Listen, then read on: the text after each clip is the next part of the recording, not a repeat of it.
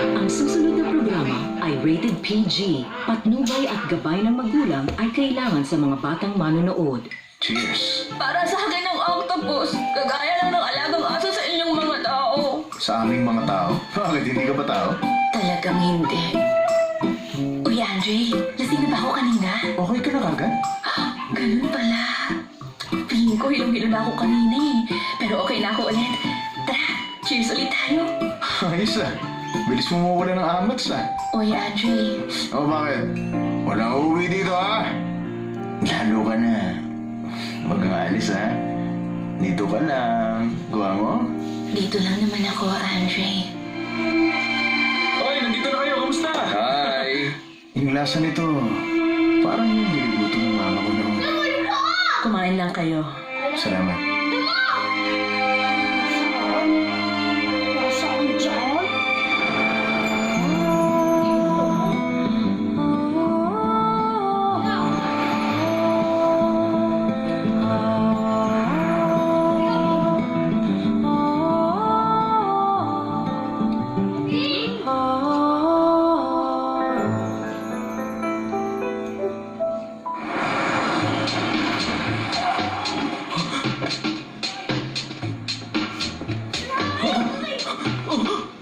Ay!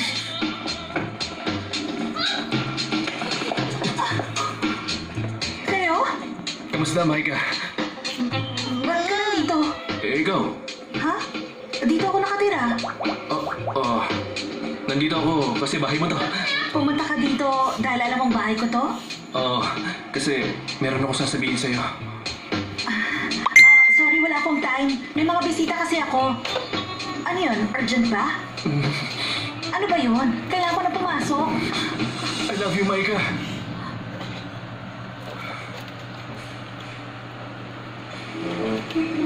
Kailan pa nag-start yan? I understand. Wala naman kasing start button na pinipindot sa love. Bigla na lang mararamdaman mo yun, di ba? Pero dito pwede. Alam mo naman may relationship kami ni Andre. Just think about it. Paano ka nailang sa akin?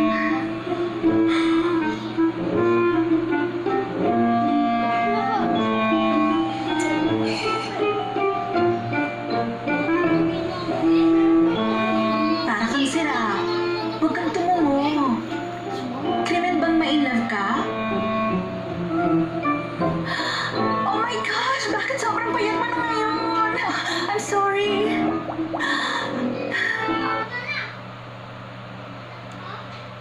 Oh?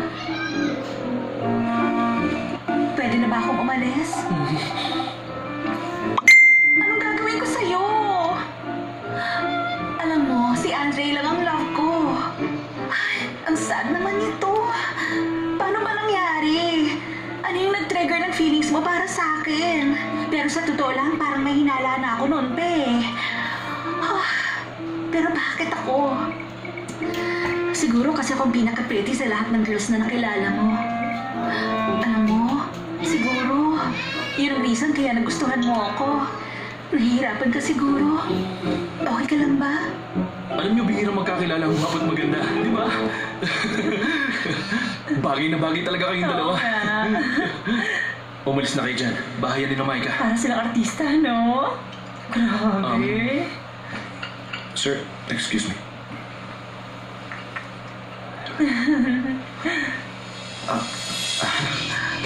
Pasensya na kayo ah. Kasi may urgent matter akong kailangang asikasuhin. Aalis na kayo? Sandali. May nasabi ba kami hindi maganda? Hindi, wala. Urgent lang talaga. Tatawagan na lang namin kayo. Huwag muna kayo umalis. Mag-usap pa tayo. Huwag muna kayo umalis. Marami pa rin pag-uusapan. Teka, Chairman Kim.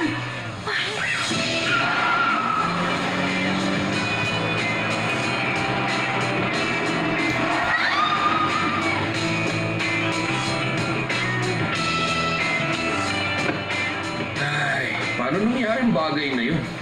Kaya nga sabi ko sa'yo, maging thorough ko sa background check, di ba? Kita mo yun, muntik na tayo mapahamak. Di nakalagay sa family registration ng sisters-in-law. Paano ko malalaman yun? Tingin mo ba ginusto ko yung mangyari? One wrong move lang, booking na tayo. Anong booking? Wala yun, Sheena. Ano bang ibig niyang sabihin? Bakit kayo mabubuking? Andre, con artist ka ba? Masama ka ba? Naiiba din ako. Siguradong ayaw din sa akin ni Andre pag nalaman niya na hindi niya ako katulad. Baka lumayo siya.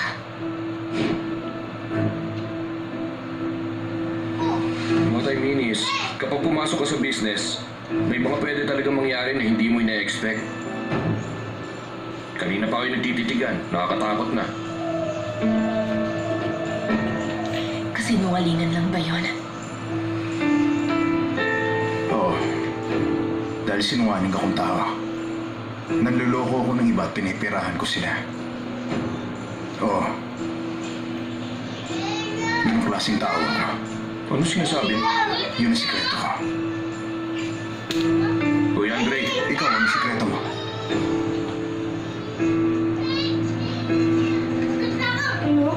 Ang sikreto ko.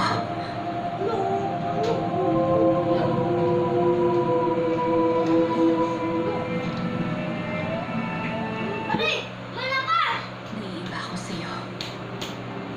Dahil sirena ako.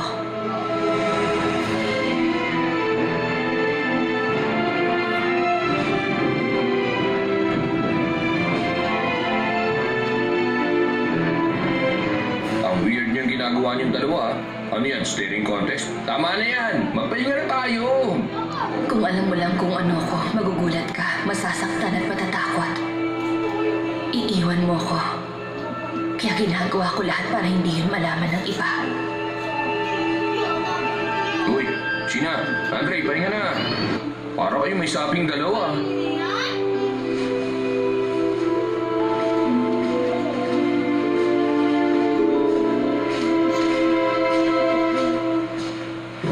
Anjo, narinig mo ba yung mga sinabi niya? Yung tanong niya kung bakit tayo mabubuking? Hindi. Alin, di ba yun lang naman yung sinabi niya?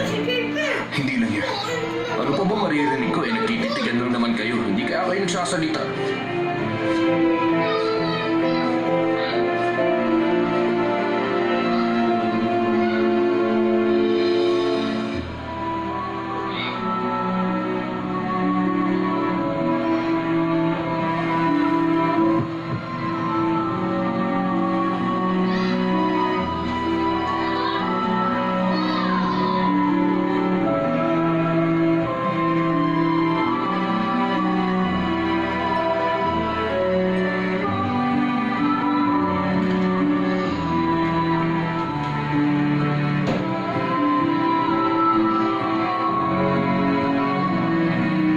Ang sikreto ko, naiiba ako sa'yo. Dahil sirena ako. Tinignan ko yung painting sa vase. Wala siguro sense nung sasabihin ko. Pero naisip ko na ako yung lalaki na nandun sa painting.